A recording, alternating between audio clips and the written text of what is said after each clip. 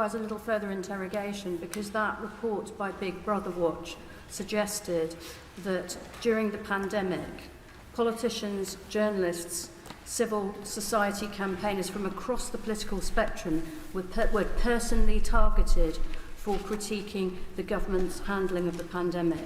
And I think that given that report and given the legitimate concerns about it, it would be very kind if the Minister and his colleagues would look into this further and write to the Noble Lord Strasburger, and indeed to anyone else affected. Well, yes, I'm very happy to write any such letter, but let me confirm now in front of the House the function of the NSOIT, formerly the Counter-Disinformation Unit, is to analyse attempts to artificially manipulate the information environment for purposes of national security. It is not its function, and never has been its function, regardless of its name, to go after individuals, whether they are politicians, journalists, or anybody else. They look for at-scale attempts to manipulate the information environment. My Lord, it's clear that we do need to be assured that the rather concerning activities reported about the CDU treating political criticism as disinformation are no longer practiced by NSOIT, my Lords. Can the Minister explain where we can find a copy of NSOIT's policies, and can he confirm whether it has a policy to prohibit it from flagging lawful domestic speech for terms of service violations to social media companies?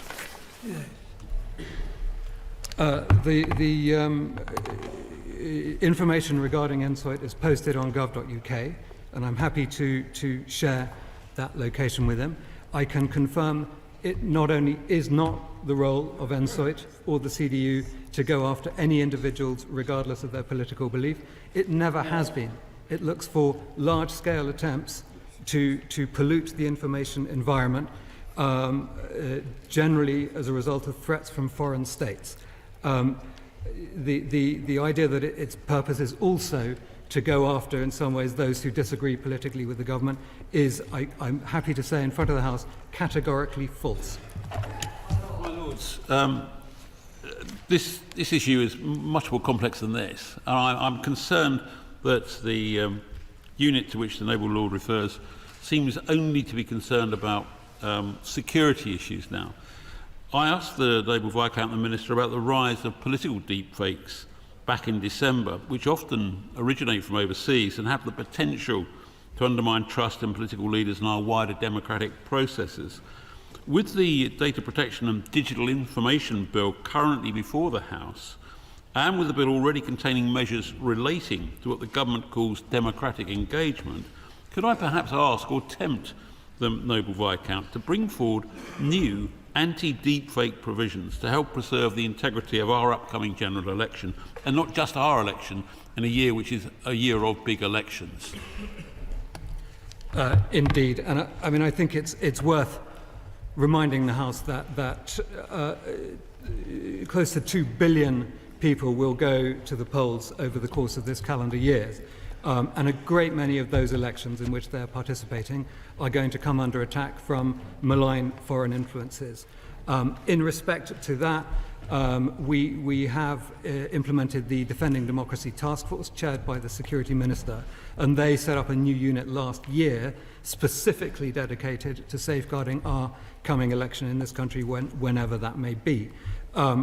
They continue to engage with various committees of Parliament and indeed with the Electoral Commission.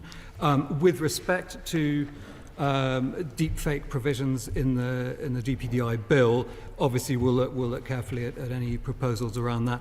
Deepfakes, to the extent that they violate either the foreign interference offence today or the false communications offence, are already illegal. My Lord. My noble friend, Lord Strasburger, asked about the parliamentary scrutiny of this unit, and could the Minister understand that perhaps if there was proper scrutiny of this, some of the words that he uses to try to placate your Lordship's House would have deeper resonance? So can the Minister please tell your Lordships why the ISC is not scrutinising this unit? Well, the NSOIT is indeed scrutinised by ministers. It sits within DSIT, and then ministers themselves, as we see, come before this House to explain matters. As a national security team, we would, I dare say, have some concerns about a standing report towards Parliament about its activities, but I can continue to reassure the House on its role. My Lords, could my noble friend perhaps explain this very interesting unit, how it is actually made up and comprised? Who are members of the unit, and from where do they come? Indeed, the unit is comprised of civil servants who sit within DSIT. They occasionally make use of external consulting services, and the unit adjusts its size and membership according to the nature of the threat at any given moment from within the DSIT team. To note on transparency that we wouldn't know about the Counter Misinformation Unit if it wasn't for Big Brother Watch, and we owe them a great thanks for their service on that. But the Minister seems to know what disinformation is. Can the government tell us how they identify what is to be labelled disinformation? And secondly, who checks the fact-checkers? For example, BBC Verify seem keen to expose everyone else's disinformation, but seems blinded to its own egregious examples of inaccurate information.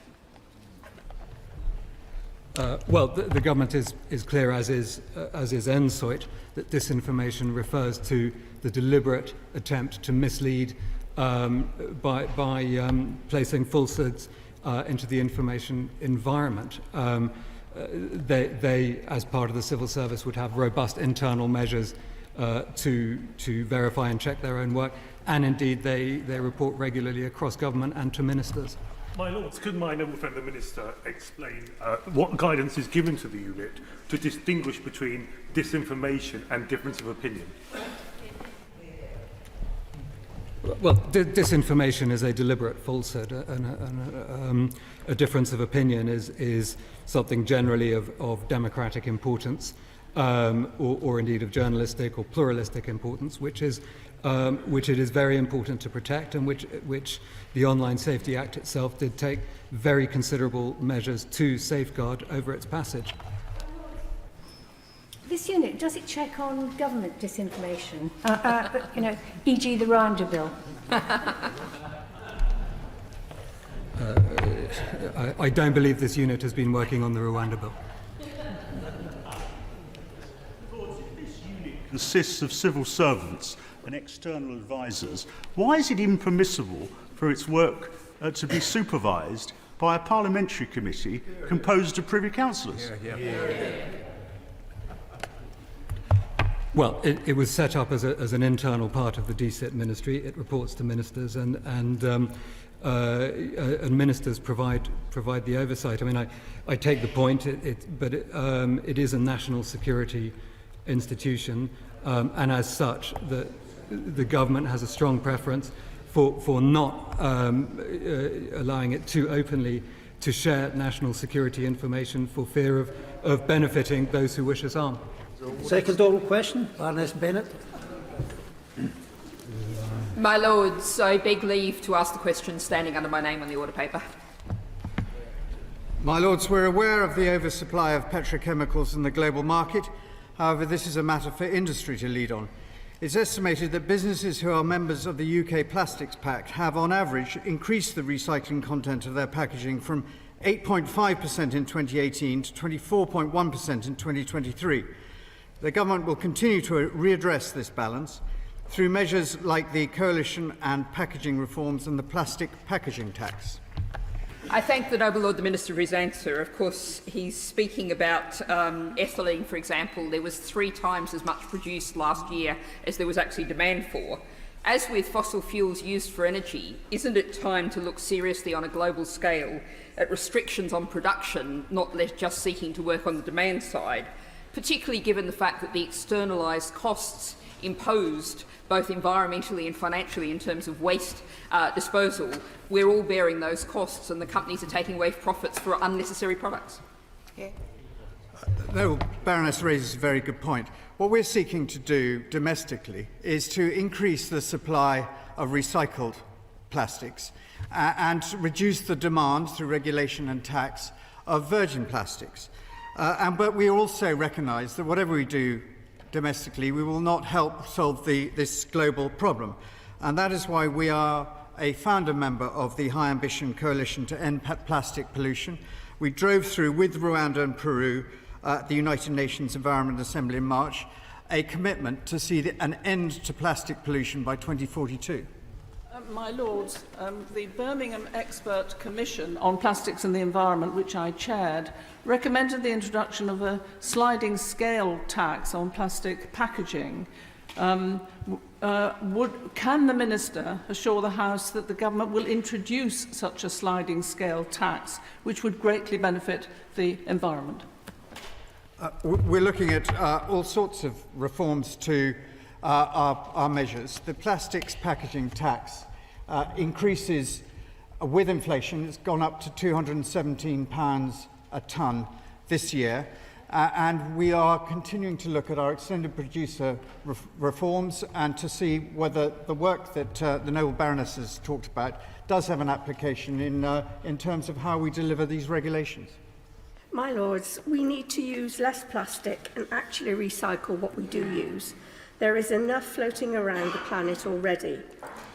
There is no good reason to produce more. So can I ask the Minister, is the Government going to introduce the deposit return scheme in this Parliament, and when they expect the Global Plastics Treaty to be agreed? On the deposit return scheme, we have a date for implementation of October 2025. Our social research found that 74% of respondents supported it, 83% of our consultants of our consultation responses supported its implementation, and we think that there are 3,000 to 4,000 jobs if we get this right. On the international agreement, as I say, the UK is a founder member of the High Ambition Coalition on this. We're driving it forward. We do need other countries to do it. 90% of the pollution in our oceans that comes from rivers comes from just 10 rivers, 8 of them in Asia, 2 of them in Africa. That's an indication of the global problem we're facing. My Lords, there's growing reports of the detrimental impact of microplastics in the food and water supplies, which can indirectly impact on our health. What is the government doing to further research and to educate the public on this risk, and what measures are being taken to mitigate it? There are human health issues related to plastics pollution and also huge environmental damage done. And at a recent OSPAR convention, I saw a fulmar having its guts opened up for us to look at, and you can see the plastics in its gut system and its gizzard, and it just gives you an idea of how many thousands of millions even of birds around the world are dying because of plastics pollution. But we have to have a greater understanding of the impact on human health, and that is why our One Health agenda is really important in this field. My Lords, the Minister talked about the deposit return scheme and that it would be coming in October of 2025. Can I ask why it's taken so long? Business is incredibly frustrated about this. They want this introduced, as quickly as possible. And is the delay partly to do because the government's reconsidering the scope? No, we want this to be a United Kingdom scheme, and the Noble Baroness will be aware of complications in Scotland, and we want to make sure that we are introducing this in conjunction so we don't have booze cruises from Scotland to England to buy drinks that will not fall within that scheme. We now think we can work with this, but in the context of the whole piece, with our plastics packaging tax, increasing recycling dramatically over the last decade, now requiring households right across the country, uniform across local authorities, to recycle all 6 waste streams by 2027. The bag charge, which has seen a 98% reduction in the use of those, and introduction of our banning single-use plastic straws and a whole range of other single-use plastics, I think even the Noble Baroness would admit we're doing our best. My Lords, my noble friend the Minister will be aware that Wales led the way in introducing a charge for single-use plastic bags, which was so successful it was followed in short order by Northern Ireland, Scotland and then England. But the ban on single-use plastics, which again Wales is trying to lead the way, is I'm not quite so sure of the evidence. Would my noble friend the Minister say what his opinion is of the effect of banning single-use plastics might be? Our restrictions on straws, stirrers and cotton buds have had a big impact. These items used to appear in the top 10 littered items lists, but no longer do so. According to estimates in our impact assessment, England used 1.1 billion single-use plates and 4.25 billion items of single-use cutlery per year, most of which were plastic, but only 10% were recycled. So banning these items, I'm sure, will have a significant impact in reducing plastic waste.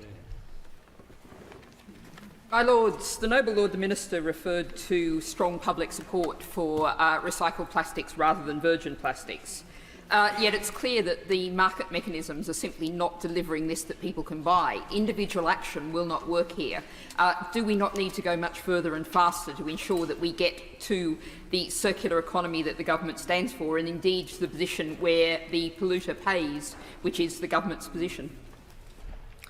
Absolutely. The government's 25-year environment plan sets out our ambition to eliminate all avoidable plastic waste by 2042. And the Resources and Waste Strategy, which was published in 2008, sets out how we are going to achieve that ambition, mainly by creating precisely what she says, a circular economy.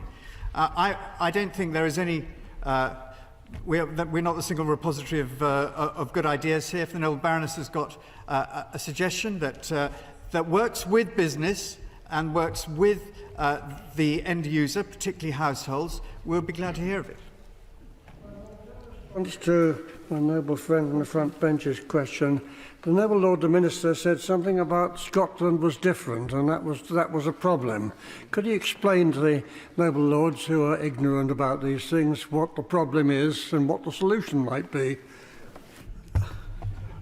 Well, I don't want to rake over the Scottish National Party's grief, but they sought to do a different scheme to the rest of the United Kingdom for whatever reason we can only conjecture. It is important that across the whole United Kingdom we have one system, and many businesses and many individuals were fiercely opposed to what was being proposed to be introduced in Scotland, and we are glad that they pulled it. We can now move forward and have one scheme that is effective right across the United Kingdom and that can really deliver. And those of us that can remember how depository scheme worked in the past can see how it can work in the future. And what was being created in Scotland through certain applications of that scheme would have proved disastrous, and we want to make sure that it happens properly right across these islands. My Lords, I understand that some local authorities require 7 different recycling bins, which of course threatens chaos. But does he really believe that the answer to our recycling challenge is to increase the number of recycling bins for us all, or to make central recycling facilities work much more effectively? The Noble Lord will know that different local authorities have different ways of doing this, and there are technologies now which can separate plastics and other recyclable wastes, but undoubtedly you do need a separate receptacle for food waste and various other schemes, but I do not see how our proposal will lead to 6 different recycling bins. It just wouldn't work in those circumstances. Third oral question, Lord Watson of Invergowrie. My Lords, I beg leave to ask the question standing in my name on the order paper. My Lords, improving attendance is a top priority for this government because it is vital for children's learning, well-being and long-term development. As part of its existing framework, Ofsted expects schools to do all they reasonably can to achieve the highest possible attendance. Inspectors will check that schools have a clear understanding of the causes of absence in their school and that the necessary strategies are in place to improve attendance. I thank the Noble Baroness Minister for that answer, and she will know that a child is deemed as being persistently absent if they miss 10% or more of lessons. And across the 2 school terms prior to the current one, around 1 in 5 children were persistently absent in primary and secondary schools, which is more than double the figure for 5 years ago. So there's an existential crisis, and it's also a safeguarding issue, because the link between absenteeism, children missing from school, and children taken into home education is strong. Ofsted and the Children's Commissioner want to see a register of children not in schools, which the government has said they support. So can I ask the Noble Baroness and Minister, why was that measure not included in the King's speech, which wasn't exactly overloaded with legislation? Well, the government remains committed to legislating in relation to setting up a children not in school register. The Noble Lord may be aware that the Honourable Member for Meon Valley has introduced a private member's bill, and we will be working hard with her as she progresses that bill. A student of 14 decides to leave their school and go to University Technical College, their absent rate falls dramatically compared to their previous school. And the reason why they're like going to college is in a UTC they will work in workshops as well as classrooms, they'll be learning by their hands as well as their brains, and they'll be visiting companies and looking for a job. Now, unless that sort of education is deeply embedded in our education, then I can assure her the absent rates of disadvantaged students will not fall, because they are told all the time by herself and by the Education Department they must just study 8 academic subjects. We need a curriculum fitted to this century. I think my noble friend needs to consider also the patterns of attendance before the pandemic. The curriculum was the same before the pandemic as it is post-pandemic, but attendance rates are very different. So I think linking absence entirely to the curriculum maybe requires further consideration. The Minister will recall that in the Children's Commissioner's latest report on absenteeism, she says as follows: "For some, the pandemic has led to disengagement. Schools and families have said they feel like the social contract between parents and schools has been broken." My Lords, could we be sure that an Ofsted report will consider also the positive and creative engagement of parents in school life? I think the Noble Lord makes a good point, and I don't think we need to wait just for Ofsted to look at the positive engagement of parents. I think many schools that I visit are focused very substantially on that, and also making sure that parents get positive feedback about their children in school and not just a call when their child is not there. My Lords, would the Minister tell us what they're doing about making sure that people who are attending unregistered or effectively illegal schools, often of a very dubious religious nature, what are they doing to try and eradicate this and make sure that children are receiving an education which means they can stand on their own 2 feet outside closed communities? Well, the Noble Lord will be aware that Ofsted has been involved in a number of prosecutions of illegal schools. We remain very concerned about those, and indeed the private members' bill to which I referred earlier will go some way to addressing some of it. My Lords, research from the Centre for Social Justice reveals that... If I could express gratitude to the Minister for the way in which the data has been produced, and I understand that more is to come, and that will be examined in great detail. As an unrepentant pedant, though, I'm interested as much in the adverbs as in the nouns here, about the how the data is to be applied, and to ask the Minister, how is it that we get more and more children across the line in terms of the culture of school? And some years ago, the Children's Society's young commissioners looked deeply into child poverty in school, and how children are identified as those, for instance, receiving free school meals or not able to purchase the very expensive school uniforms from the agreed purchaser. How is school culture being encouraged by government further to change to get children across the line? And how indeed do we expect Ofsted to become the office of encouragement?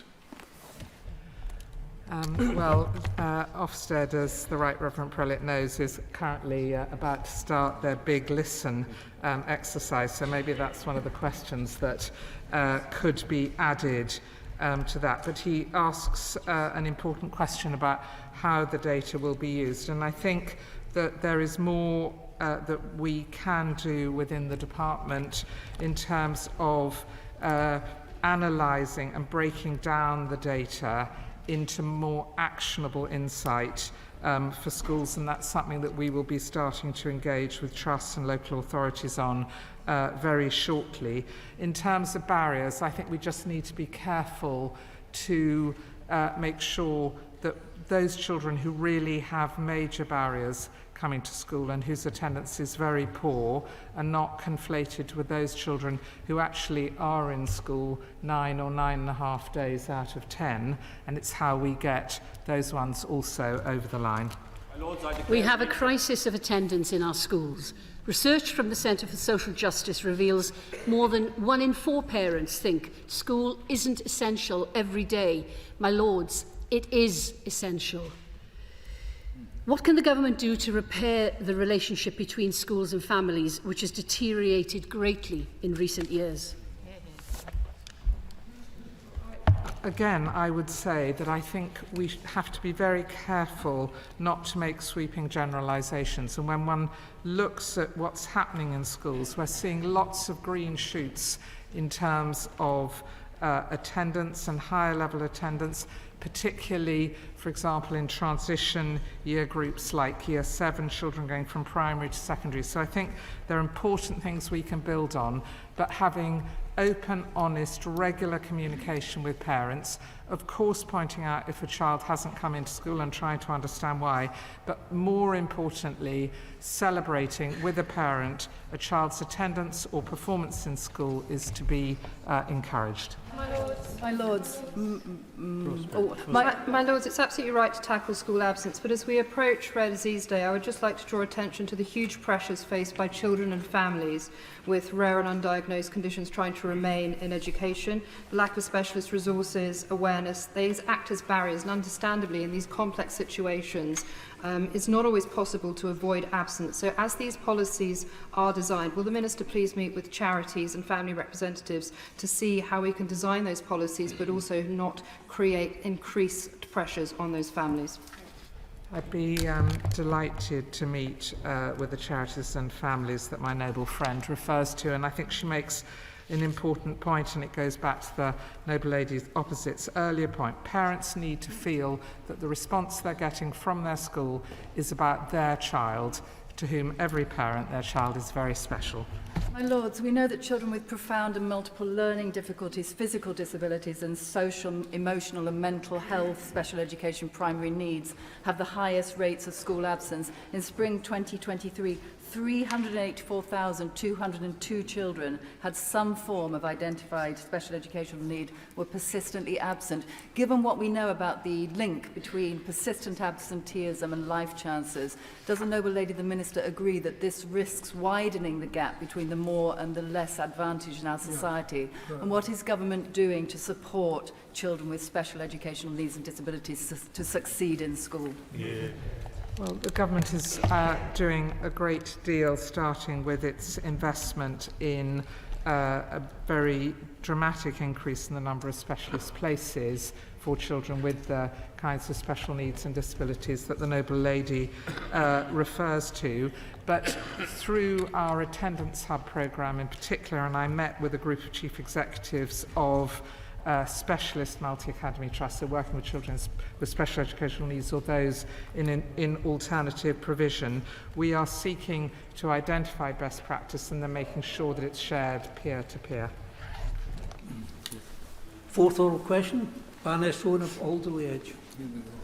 My Lords, I beg leave to ask the question standing in my name on the order paper. The Online Safety Act introduced new offences which criminalise the sharing of or threatening to share intimate images, including deepfakes, without consent. Where individuals create these kinds of image using any kind of technology and share or threaten to share them online, they may be committing an offence. The Act will additionally give online platforms new duties to tackle this content by removing it, including where it has been created via AI apps.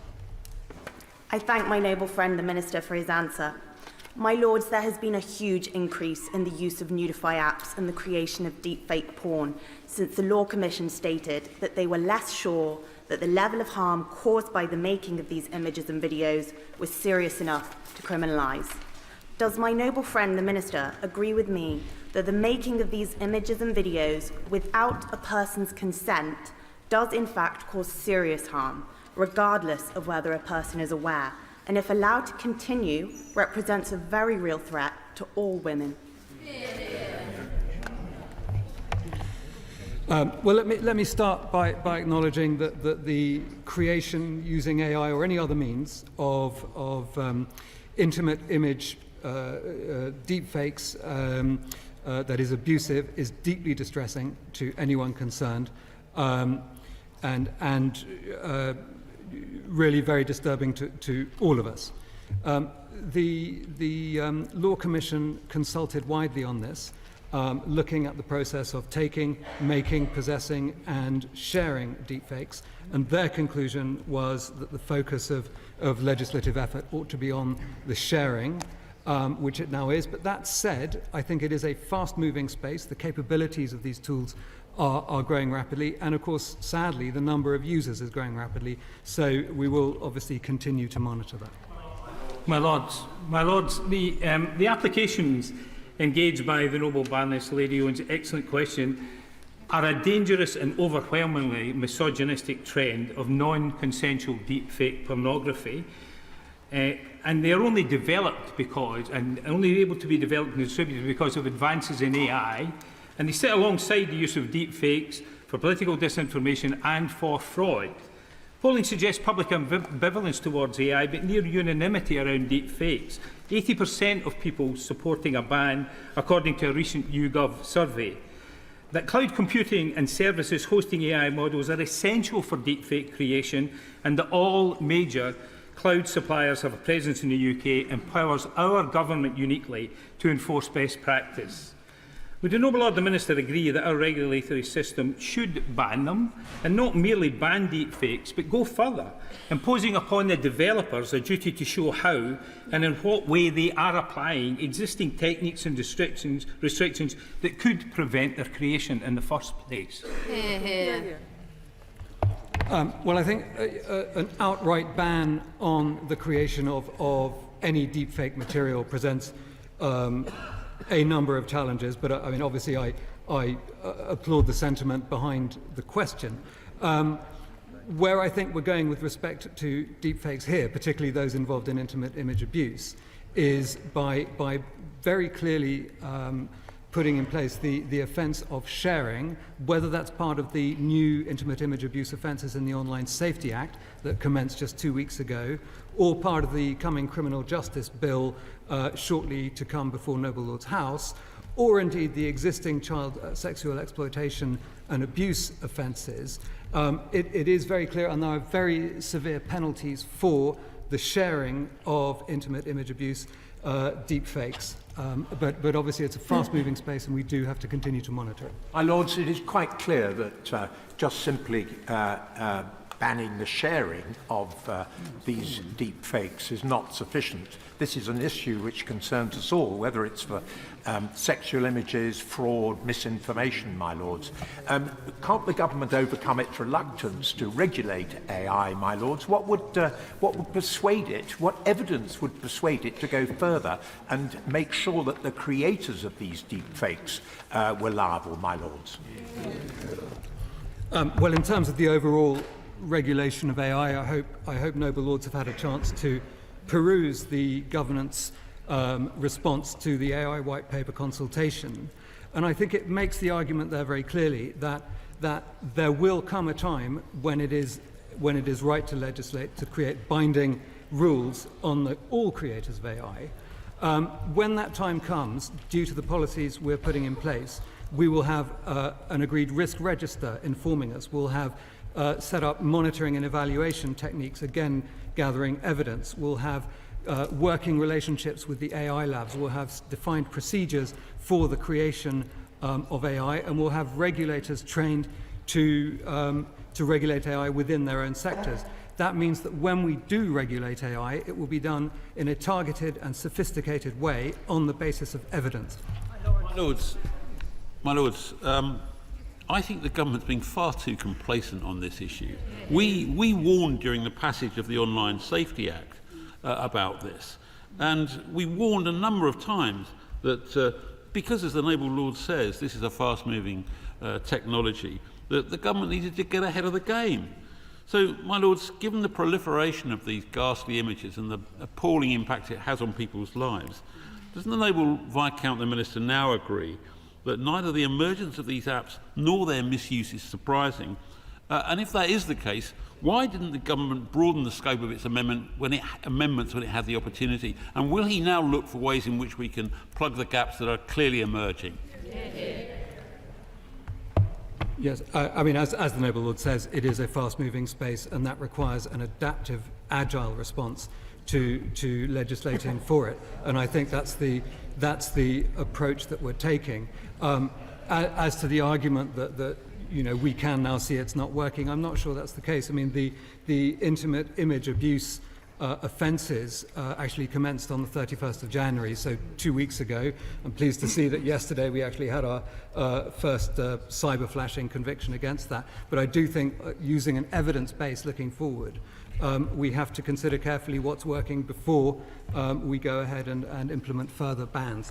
My Lords, last Assembly election in Northern Ireland, 2 female candidates from either side of the community in Northern Ireland were targeted with deep fake porn, which was solely designed to damage their chances in that election. The Noble Lord, the Minister, told us about the number of people that will be going to the polls over the next year. Surely the Noble Lord and indeed the Government needs to work with the Electoral Commission to raise this issue, because it is a very important issue in democracy for female candidates. Look, I absolutely agree, and the instance that the Noble Lady describes, absolutely deplorable.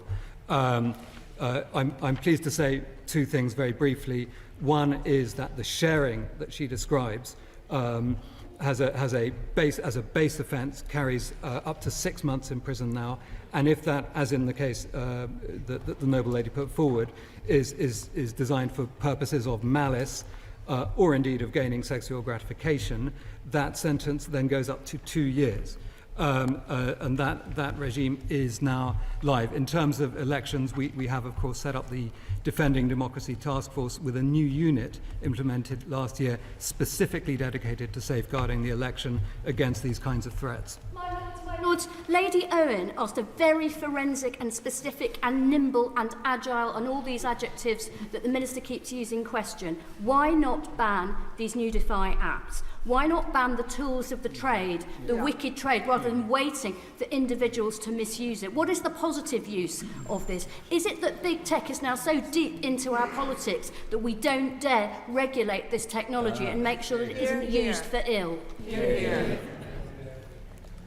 Well, the reason that the making is not banned is because the sharing is banned. And the reason we've done that is because the Law Commission, as set out very clearly in their document, made the argument that that was the most appropriate way to have a coherent and effective body of law preventing the deplorable misuse of technologies in this way.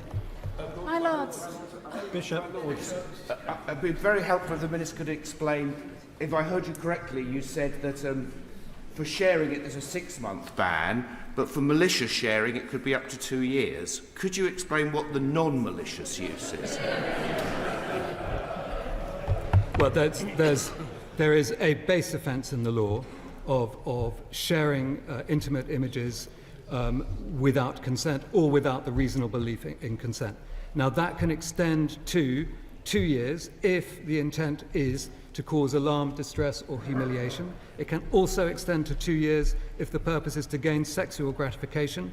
And, crucially, it can go to 2 years. There's an offence of threatening to share these materials that also carry a 2-year penalty. That concludes oral questions for today. We now come to questions to the Secretary of State for Foreign, Commonwealth and Development Affairs First question, Lord Collins of Highbury.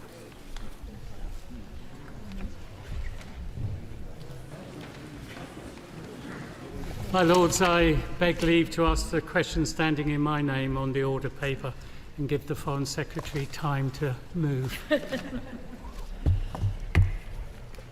My Lords, we set out our commitments on developing country debt in our International Development White Paper.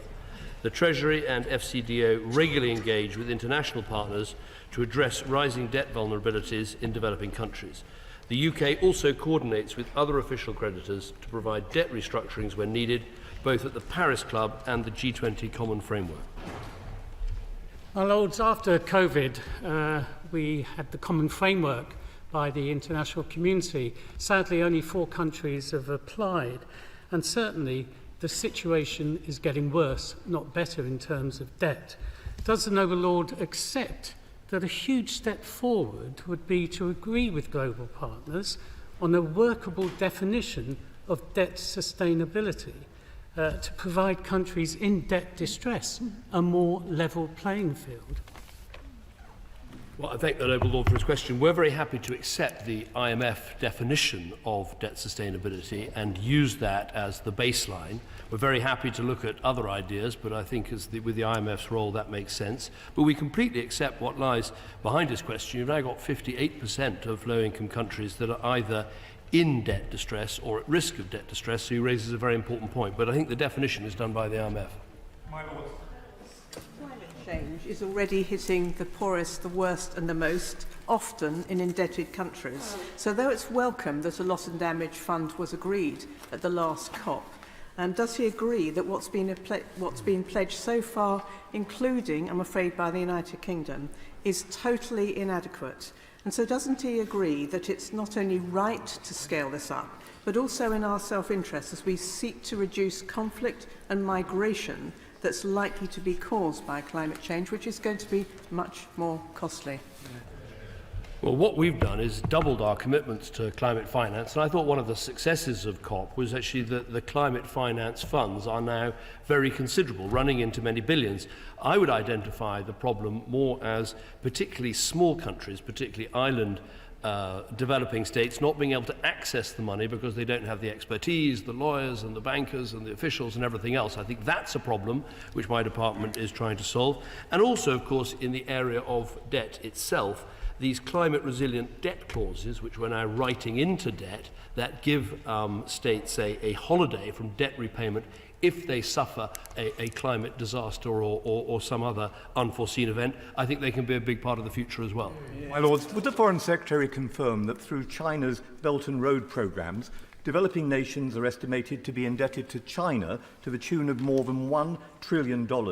Does he share the view of Parliament's Intelligence and Security Committee that it would be naive not to see how such punitive debt in countries like Sri Lanka, $47 billion in debt, half to China, how this can be used by China to buy support in the UN, to expand its military presence and for leverage in domestic and international institutions? My Lords, how are we countering this? Well, I think one of the most important ways to counter this is by offering alternatives. So when countries are developing, there are other offers on the table, and that's why the expansion of British International Investment, BII, what used to be the Commonwealth Development Corporation, is so important. We're also countering it through the expansion of the multilateral development banks, where in our white paper we're demonstrating how you can expand their balance sheets and get them to lend more. But the Noble Lord makes a very good point, which is, if you look back 10, 15, 20 years when we were doing debt forgiveness programs to help these highly indebted countries, it was mostly Paris Club countries, it was France and Germany and Britain and America that were responsible for this debt. So if you wanted to write it off, you could. Now so much of the debt that's owed is from China, who don't believe in debt write-offs. We have to find other ways of delivering restructurings to help these countries that have got into trouble. The debt of these developing countries. What's to stop them running up more debt in the future? As ever, my noble friend makes a very good point. If you look back at the very successful programs there were, like the highly indebted Poor Countries Initiative, it did help them, but many of those countries have gone back into debt again. The situation isn't as bad as it was before. The debt-GDP ratios in these very indebted countries is something like 60%, whereas it did get to 100%. I would argue one of the best things we can do with these countries is actually help them to have better fiscal systems where they can raise their own taxes. And I know, noble lords, like a Rwanda update, we've been working with Rwanda since the 1990s, and we've actually helped them to increase their tax revenue tenfold. So their ratio of tax to GDP has doubled from 8% to 16%, the highest in the region. That's a better thing to do in many occasions than lending these countries money. My Lords, a major reason for indebtedness of developing countries is that too many multinational corporations operating there actually dodge taxes by shifting profits to low and no tax jurisdictions. The IMF estimates that around $213 billion of taxes are lost each year.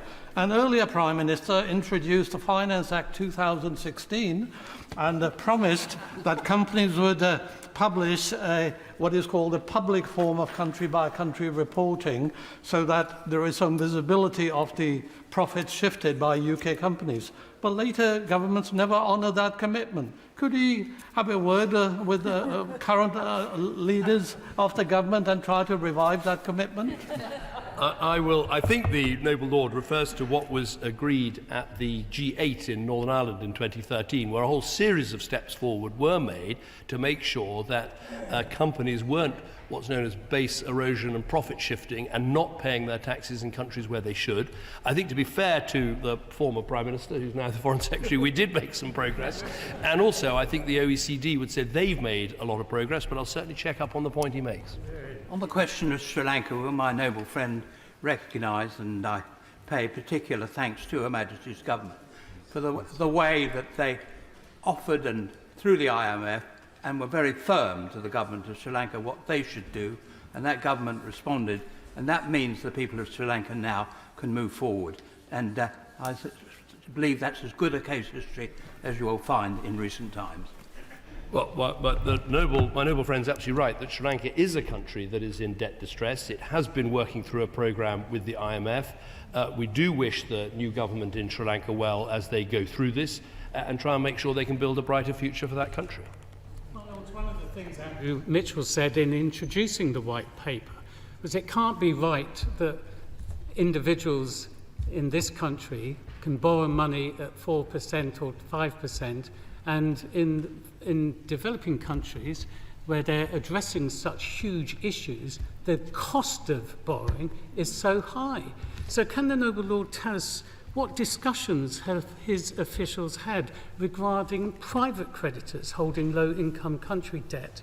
And would he agree with me that a fairer system is needed between private creditors and countries in debt distress? First of all, can I congratulate the noble lord on joining a club of which I'm a member, which is being personally sanctioned by Vladimir Putin. It's a badge I wear with honour, and I'm sure he will do. He will do too. It's you're in very good company. I can tell him. I follow these things very closely. He's absolutely right about the importance of making sure that we don't have so many what's known as private sector holdouts that are holding up the vital debt restructuring of countries that get into trouble. What we are trying to do here is use things like collective action clauses that work on bond issues, so you can't hold out against repayment, and also the majority voting provisions in new debt issuances, so you don't have the situation where, as I say, private sector lenders are stopping a country from getting the debt restructuring that they need. I agree with the Foreign Secretary that increasing the capacity of government treasuries and their finance ministries to collect their own revenues, as well as trade facilitation, so that the trade ministries have greater capacity to trade out of poverty. I declare an interest. I co-chair the all-party group on trade out of poverty. Does the Foreign Secretary believe that it was a mistake by some of his predecessors to cut UK support for exactly those processes? And since he's now passionate about this, and I agree with him, will he now restore that funding? Well, what I would say to the noble lord is one of the great things that has been done while I was out of government is one of the government's best kept secrets, which is the developing countries trade system that we put in place that is actually more generous to the poorest countries in the world than what the EU does, more generous than what the US does. I think it's one of those generous systems in the world. So in terms of helping countries to trade out of poverty, I think this government's got an excellent record. My Lords, further to the question from Lord Purvis of Tweed, surely one of the things we now need to do is really double down on the opportunities to sign bilateral trade treaties with different countries in sub-Saharan Africa in particular, because if they can increase their wealth through trade, then obviously they'll be able to pay off their debt in the future. So can you say something about those bilateral trade treaties that we're now able to sign post coming out of the EU? I think the Noble Lord asked an important point, Noble Friend asked an important point, which is how we prioritise the trade deals we're trying to do. I think for the poorest countries, the DCTS, the Developing Country Trade System, is there. I think the priorities we've got in terms of trade deals, in terms of India and the Gulf Cooperation Council, which are very complex trade deals where a lot of work has to be done, so we're putting our priority there. So I think that is the right way round. Second question, Baroness Bennett of Manor Castle. My Lords, I beg leave to ask the question standing under my name on the order paper. My Lords, the best way to address the humanitarian situation is by ending the fighting as soon as possible. That is why I've repeatedly said an immediate pause in fighting is necessary. UK aid is saving children's lives. We're doing everything we can to get more aid into Gaza. We've trebled our aid commitment to the occupied Palestinian territories. This includes targeted support for children through our 5.75 million contribution to UNICEF, and children are also benefiting from life-saving food, shelter and health support that we're providing through partnerships with other UN agencies, through NGOs and the Red Crescent societies. I thank the Noble Lord, but surely a pause in fighting is not enough. We need a permanent ceasefire now. But very specifically, I'm sure the Noble Lord is aware of the awful fate of 6-year-old Hind Rajab, calling for help in the midst of the bodies of her dead relatives, who appears to have died with 2 Red Crescent would-be rescuers. Has the government, or will the government, demand answers from the Israeli government about what happened to Hind and her family and the rescuers? And is the government challenging the Israeli government about the risks to hundreds of thousands of children in Rafah, now in the path of the Israeli offensive? Surely it's time to stop all arms shipments to Israel, as an Dutch court has demanded that that state do, and implement targeted sanctions against members of the Israeli leadership, particularly those calling for new settlements in Gaza and on the West Bank.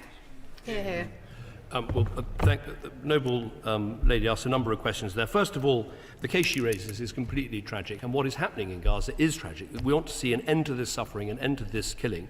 Let me just make this point, that the pause we're calling for, we want to turn into a ceasefire by making sure the conditions are right for getting a stop in the fighting to mean a permanent ceasefire. The way you do that is by fulfilling a number of conditions. You've got to get, in our view, the Hamas leaders out of Gaza. Otherwise, any ceasefire won't last because the problem will still be there. You've got to dismantle the operation of terrorist attacks. You've got to have a new Palestinian Authority government in place. You've got to give the Palestinian people a political horizon to a better future and a two-state solution. And crucially, you've got to release all of the hostages and do that very quickly. She asked whether we challenge the Israel government over individual episodes. Yes, we absolutely do. I have done that personally with them over, for instance, a building that was bombed that had UK medics and other charities in, and we'll continue to do that as part of the very important process that we go through to judge whether they are in compliance with international humanitarian law. Is my noble friend the Minister aware of any moves by Hamas to protect the children of Gaza? For instance, by releasing all the hostages, as he just mentioned, or indeed stopping attacks on Israel and the leaders fleeing to the Gulf. Is he aware of any moves that? Because I agree with everything you said. My noble friend makes a very good point. I mean, it's worth remembering that on the 7th of October, 29 children were killed by Hamas and 39 children were taken hostage, and they still remain hostages today. And of course, it's right that in this House we keep asking what else Israel should do, but we should also, at the very same time, say what Hamas should do, which is to lay down their weapons and stop right now. They could stop this fight immediately.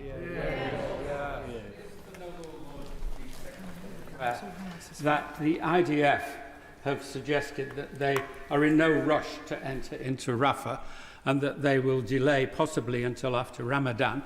and that meanwhile the negotiations in Cairo can continue, and that gives a chance for Hamas to release the hostages and for the conflict to stop.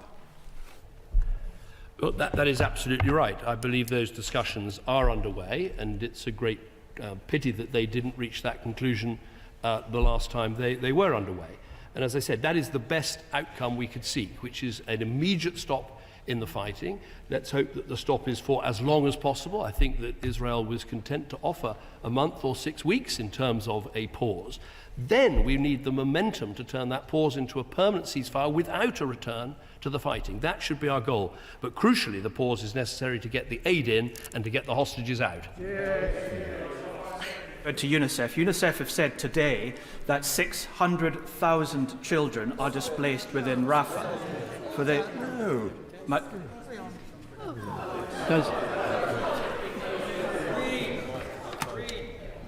My Lords, there's plenty of time. We'll hear from the Noble Lord Purvis of Tweed, followed by the Noble Lord Tweed. I'm grateful for the Chief Whip.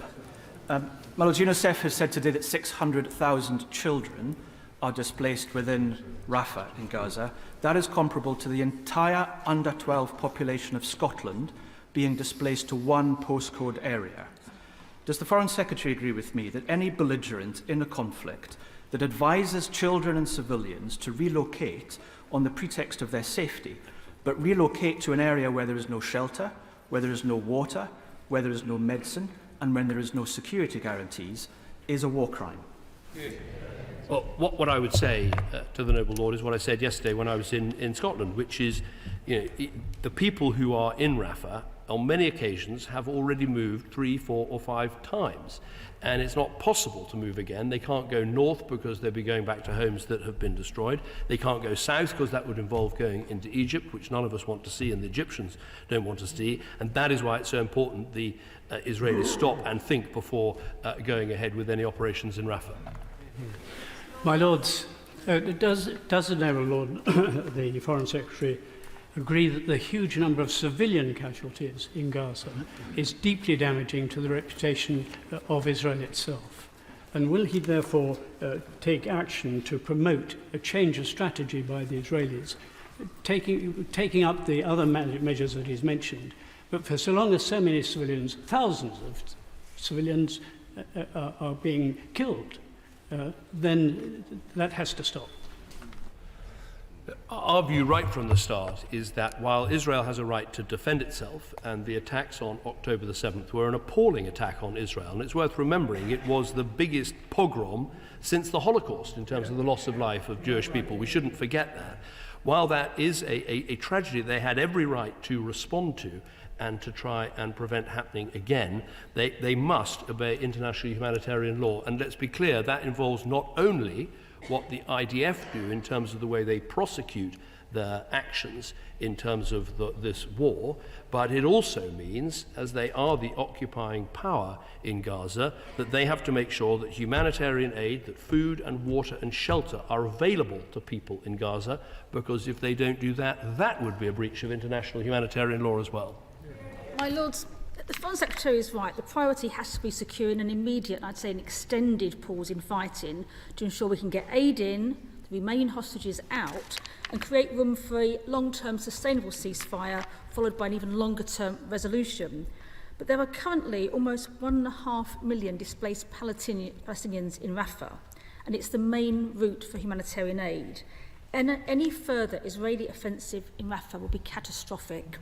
Now, my Lords, the situation is getting more urgent by the hour. I know he's been working to establish a contact group of regional and international leaders who would influence both sides.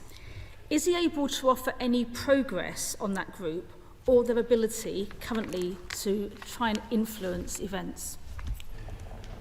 Well, what I can say to the Noble Lady is that at the Munich Security Conference on Friday, there will be a meeting of the key European countries that help to fund the occupied Palestinian territories and the key Arab states and Gulf states that are working to help support a future Palestinian Authority, and we very much hope the Secretary of State of the United States will be there as well. This isn't the yet formation of a contact group. There are a number of countries, particularly in the Arab world, that understandably are nervous about meeting in advance of a proper ceasefire and plan towards a cessation of hostilities.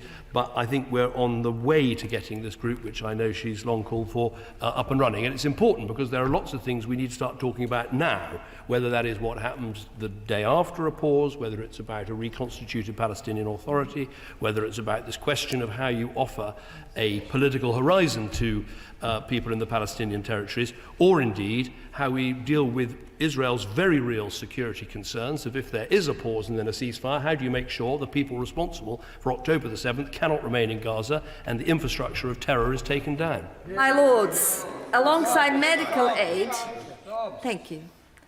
My Lords, alongside medical aid on the ground, one practical step that the government could take with an immediate impact would be to support medical care to children injured in Gaza on a temporary basis in the United Kingdom.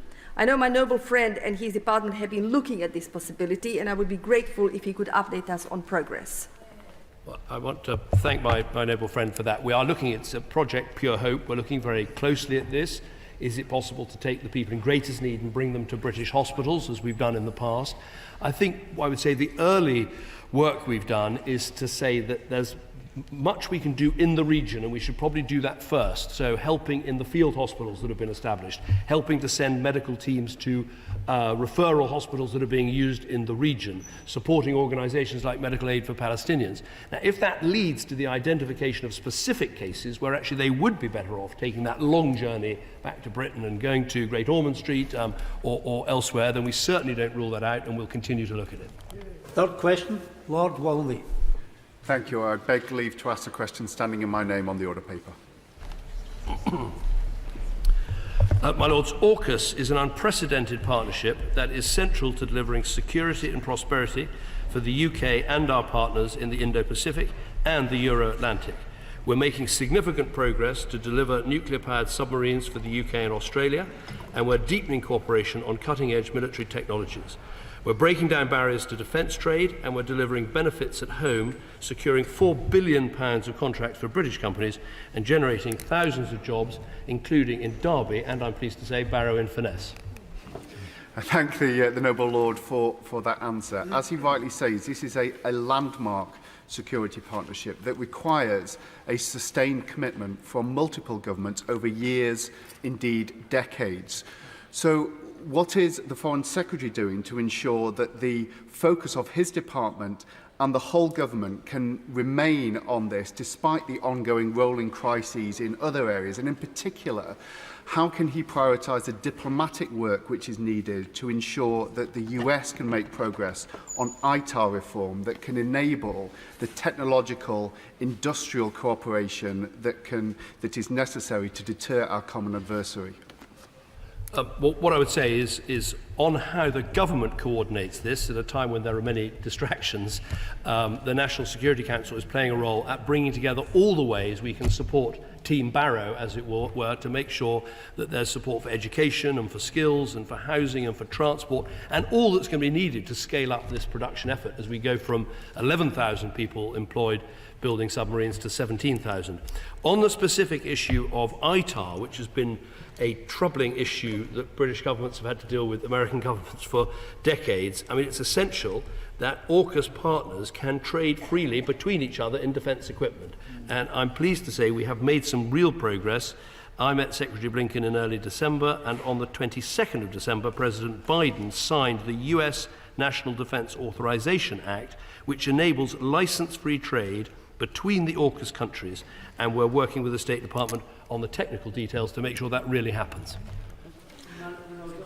Are any other countries applying to join the AUKUS partnership, and are we thinking of applying to join the Quad, that's America, Japan, India and the United States, and are we going to attend, will the UK be attending the Perth Conference on Indian Ocean security and defence, where all these issues tend to come together and will be discussed this summer? On the last point, I think I'm right in saying that one of my ministerial colleagues will be attending the Perth conference because it is very important. As my noble friend will know, AUKUS has two pillars. There's the pillar 1, which is about the nuclear-powered submarines, which that is Britain, Australia and America, and I don't think there'll be additional partners in that. But there is pillar 2, which is looking at advanced military technology for the future. And there we are open to ideas of other countries, possibly Canada, people have mentioned, or Japan, who might want to join into Pillar 2 because that is going to be about defence equipment for the future. The point he makes about the Quad is very important. We would say this is complementary to that activity. My Lords, when AUKUS was first announced, the suggestion, at least from the MOD, seemed to be that somehow the United Kingdom had just slipped into an agreement with Australia over the nuclear submarines. But clearly, as the Secretary of State has pointed out, there is also the wider aspect of AUKUS. But does His Majesty's government have a strategic approach to this? Are we simply waiting to see whether other countries, such as Canada, wish to join? Or are we actually planning what we want to do? Because similarly, we have a trilateral agreement with Japan and Italy over fighter jets. Are we just being ad hoc, or is there a real strategy here for our security? I would say to the noble lady, this is a deeply strategic approach. I mean, first of all, it fits into a tilt to the Indo-Pacific, where you can see we've signed the Hiroshima Accords with Japan. We have a new status at ASEAN. We have very strong partnerships with India. And, of course, now we've got AUKUS, which is a defence stature that puts us in with Australia and America in a very strategic way. In terms of the partners, as I said, for Pillar 2, I think, yes, of course, we would welcome others to come, but in each occasion we'll have to ask what will they bring, and is it the right thing, and is it the right country, and is it the right fit? But the strategic move of AUKUS, I think, is incredibly powerful. My Lords, nobody...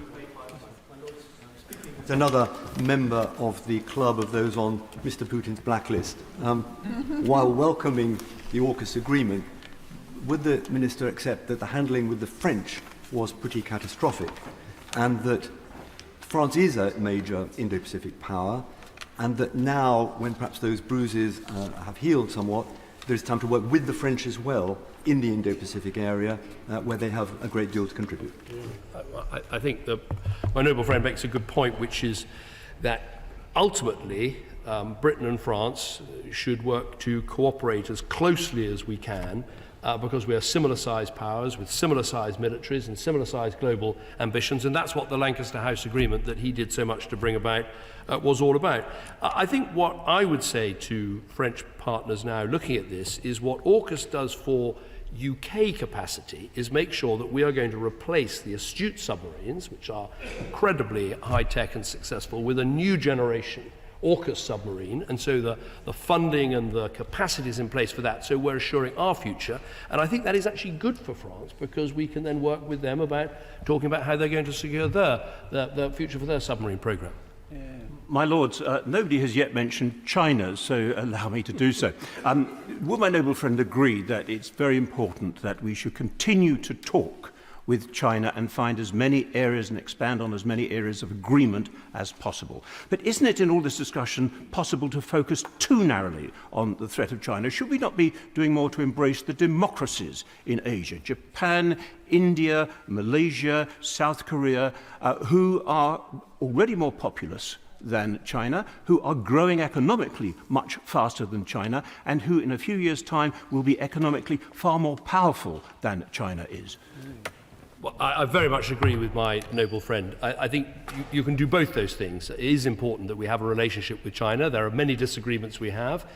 They are an epoch-defining challenge, as the integrated review puts it, but where we can find areas to progress discussions, we should. But he's completely right to focus on the emerging democracies of the Far East, and that's why I think not just AUKUS, but the Hiroshima Accords, the ASEAN relationship, the ministerial connections we've got in Indonesia, Malaysia, and indeed Vietnam. I think I was the first Prime Minister ever, serving Prime Minister, to visit Vietnam, and I hope to get back there soon. My Lords, does the agreement is incredibly important and very, very exciting. And without it, we would not actually be able to develop and get the sufficient number of nuclear submarines to replace the Astute class, and for that reason it's very important. Could I ask the Foreign Secretary, though, the timescale looks very long. We should actually be pulling teams together now in terms of how we're going to design and build that submarine, because if we don't, we won't do it in time, and also, because the Australians will have the Virginia class, the Americans will probably start doing a design instead.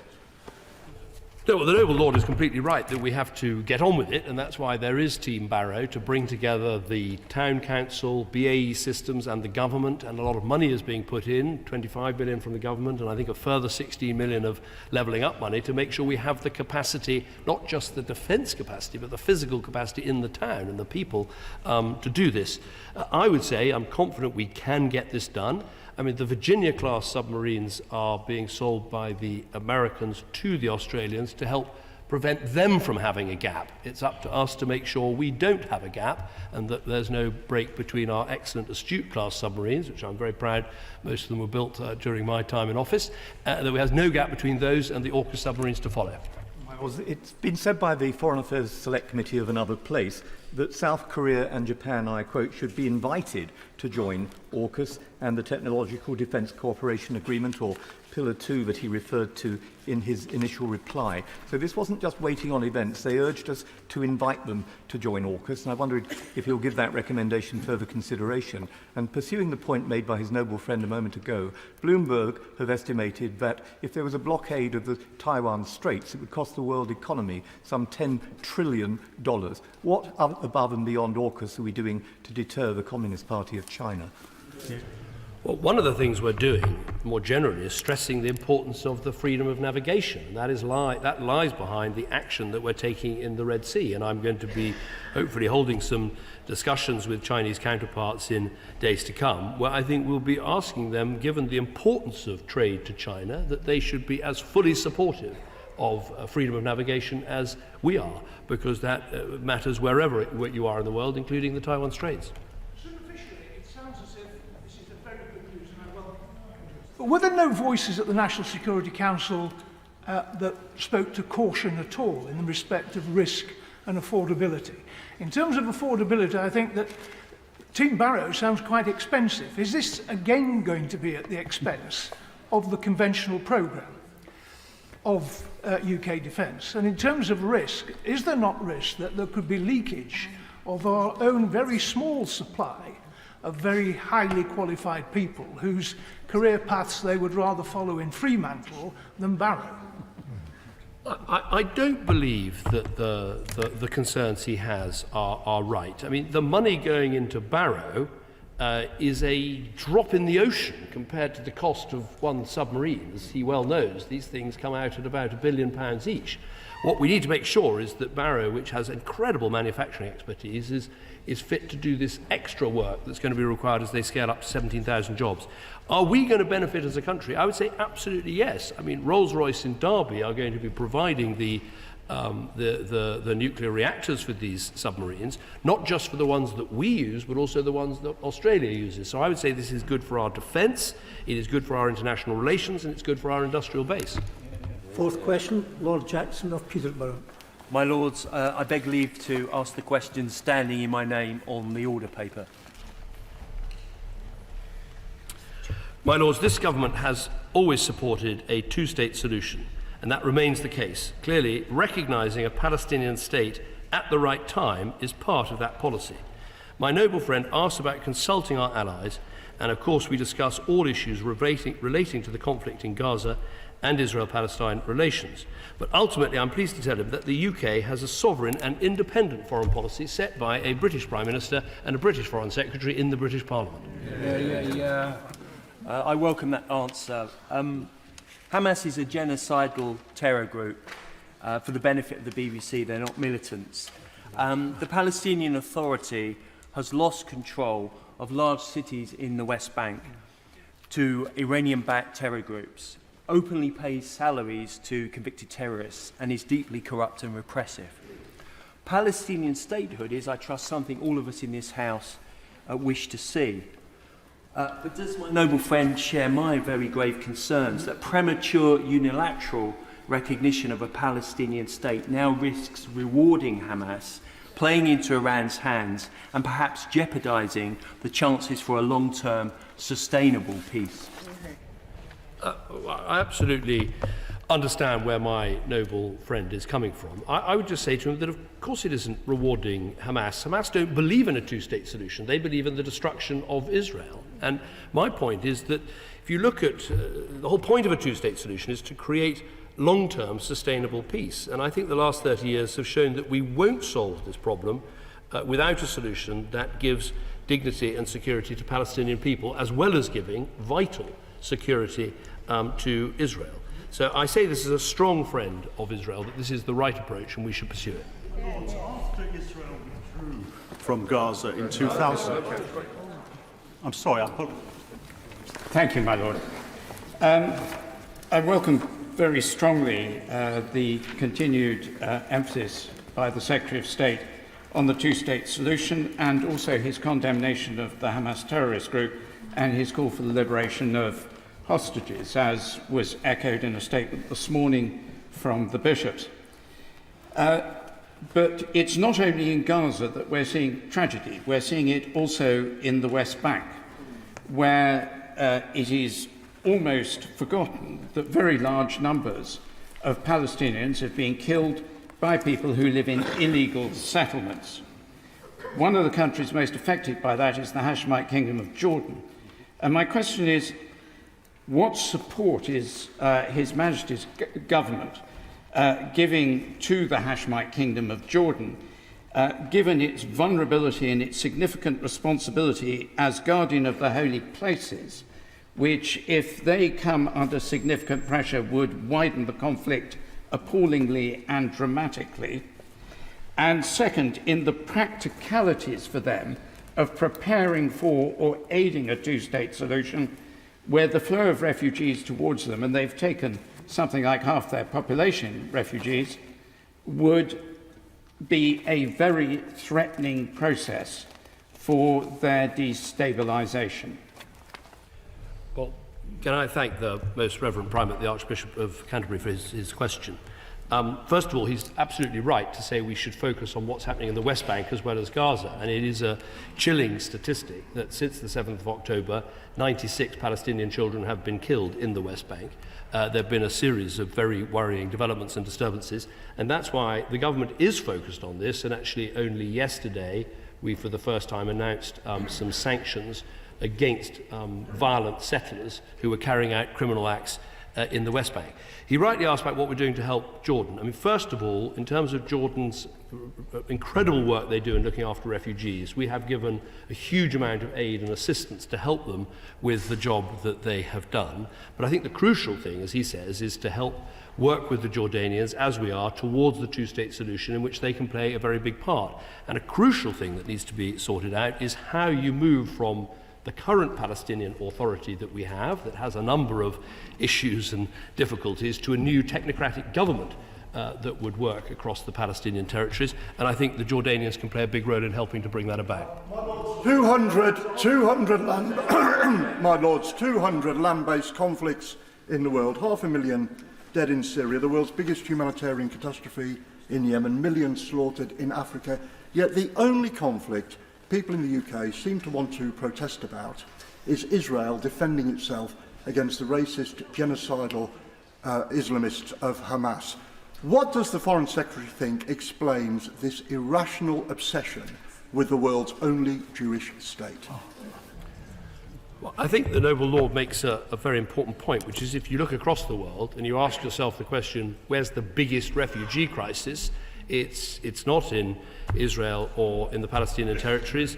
It is either in Sudan, where about 9 million people have moved into Egypt, or you could argue that is in Myanmar, where Bangladeshis are looking after millions of Rohingyas in very difficult conditions. So I think it is important we try and keep a focus on what is happening around the world and looking at the numbers. But that said, I think the reason people are focused on Gaza right now is because of the level of death and destruction, and people want to bring that to an end, as do I, which is why we've made this proposal for the immediate pause, moving to the ceasefire, with the 5 conditions we need to put in place to help to bring that about and work towards a political solution. My Lords, after Israel withdrew from Gaza in 2005, Hamas was elected to power. And having been elected to power, it proceeded to terrorise and then murder its political opponents. Hamas remains very popular in Gaza, and it remains very popular in the West Bank. So my question to the Foreign Secretary is, how can we prevent an independent Palestinian state from being governed by Hamas, maintaining its policy of seeking to attack Israel and to murder, rape and abduct as many Israeli citizens as possible? The Noble Lord asked an extremely good question. I think the point I would make is we've got to try and help separate the Palestinian people from Hamas. And one of the best ways of doing that, apart from making sure that, as I've said, our conditions should include the Hamas leadership leaving Gaza, the dismantling of the terrorist infrastructure, the other way of doing that is to offer Palestinian people, not Hamas, because they're not interested in a two-state solution, but offering the Palestinian people a route to better governance with a reformed Palestinian Authority and the long-term horizon of a two-state solution to give them the dignity and security that they crave and that would help to bring about peace in the region. My Lord. Made the original statement, he was very clear that we need to show irreversible progress towards a two-state solution, something that we, both sides of this House, have talked about for a long time. Now, my right honourable friend David Lammy welcomed the Noble Lord's comments, arguing that recognition should not wait for the final status agreement, but should be part of efforts to achieve one. Now, the Noble Lord, I asked the Noble Lord, Lord Ahmed, the day after his comments, what were we doing to translate your desire into discussions with our allies, particularly at the United Nations, and how do we give that hope a sense of reality? Well, what Lord Ahmed and I are doing, and we are virtually joined at the hip when we're not travelling separately to the region, is going to talk to all of the partners in the region about how you work towards making this a reality. And the point I would make to him is recognition is obviously part of a two-state solution. And it's something that should help with the momentum. The point I've been making is that it should not be the first thing that we do. I think that would take the pressure off the Palestinians to reform and the things that need to happen in the Palestinian Authority. But just because it doesn't happen at the beginning doesn't mean it has to wait right till the end. And I think one of the things that is beginning to change, which I think is hopeful, is the American posture up to now has been that recognition can only come when Israel and Palestine agree on the creation of a Palestinian state. Now, if you do that, you do effectively give Israel a veto over a Palestinian state, and I think that's the opposite of creating the sort of unstoppable momentum towards a two-state solution that we all want to see. Regardless of whether or not there is to be This side. He's had to read it. No, he hasn't. Can I welcome the Foreign Secretary's comments with regards to the flexibility of recognising the State of Palestine before that there is a full agreement with the State of Israel? I declare that I will be travelling to Jerusalem, Tel Aviv and Ramallah from tomorrow night. What message can I take to those that I'll be meeting from the Foreign Secretary that he has persuaded like-minded countries and allies of us so that he can share with these benches who have a long-standing view that recognising the State of Palestine before any long-term agreement is the best platform in order to get an agreement with Israel? Well, what I can say to the Noble Lord is that after I made my statement, which is absolutely in line with our long-standing policy that recognition should come when it gives the maximum impetus and input to a solution, after that, the Americans announced that they were re-examining their policy and looking at options to see if they could examine how best recognition could play a part in bringing a two-state solution about. Well, that concludes Secretary of State's questions for today.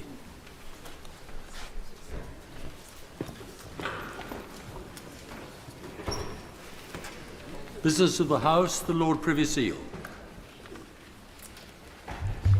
My Lords, I beg to move the motion standing in my name on the order paper.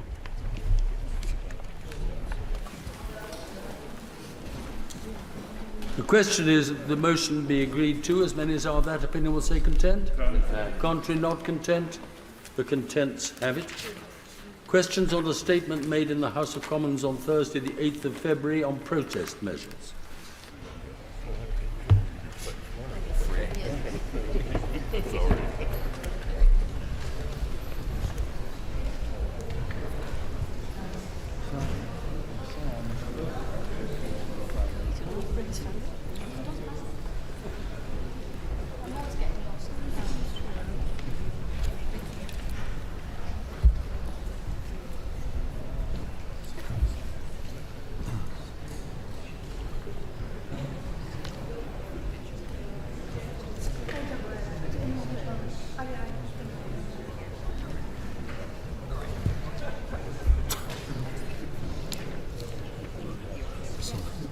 Anyway, there we go. My Lords, can I thank the Noble Lord for this repeat of the Government's statement on protest measures from last week.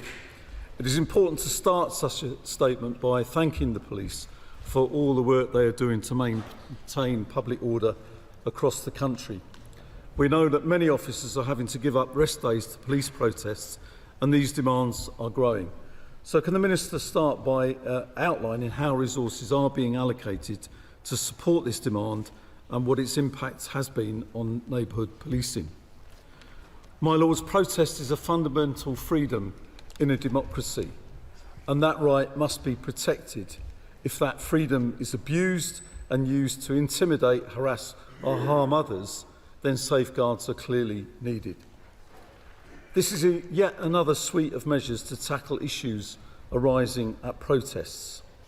Can the Minister confirm that all of these additional measures have been requested by the police across the UK as well as in London, and that the new measures will be included within the Criminal Justice Bill to allow proper scrutiny of the accompanying guidelines? On the issue of face coverings and the power of arrest for those seeking to conceal their identity, is this an automatic offence decided by an individual officer or triggered by a set of circumstances to be then authorised by a senior officer? We all understand where there is legitimate concern about the use of face coverings to conceal identity. But what about Chinese dissidents protesting outside the Chinese embassy, or Iranian dissidents demonstrating outside the Iranian embassy? Will they still be able to cover their faces, which they may well wish to do so, to protect families at home from intimidation or worse? We must never allow our proud tradition of giving safe haven to dissidents opposing oppressive regimes. On the measures relating to flares and fireworks, we support these. They have been used to fuel public disorder and indeed to intimidate the police. Can the Noble Lord say anything about how this will be enforced in protests, sometimes involving thousands? And on our war memorials, they rightly hold a special place in the collective affection and respect of our own nation. They remember those who made the ultimate sacrifice to protect the very freedoms that a very small number of people would seek to desecrate. This sparked understandable outrage across the country, including personally for me, as my uncle, who I am named after, who was killed on D-Day. His name is proudly remembered on a war memorial close to his home village of Cheldon in the Devon town of Chumley, in the former constituency of the Noble Lord, Lord Swire, or nearby, anyway. To think that or other war memorials were under threat or even defaced is unthinkable. Can the Noble Lord outline how it's expected that new measure included in the forthcoming bill will work in practice?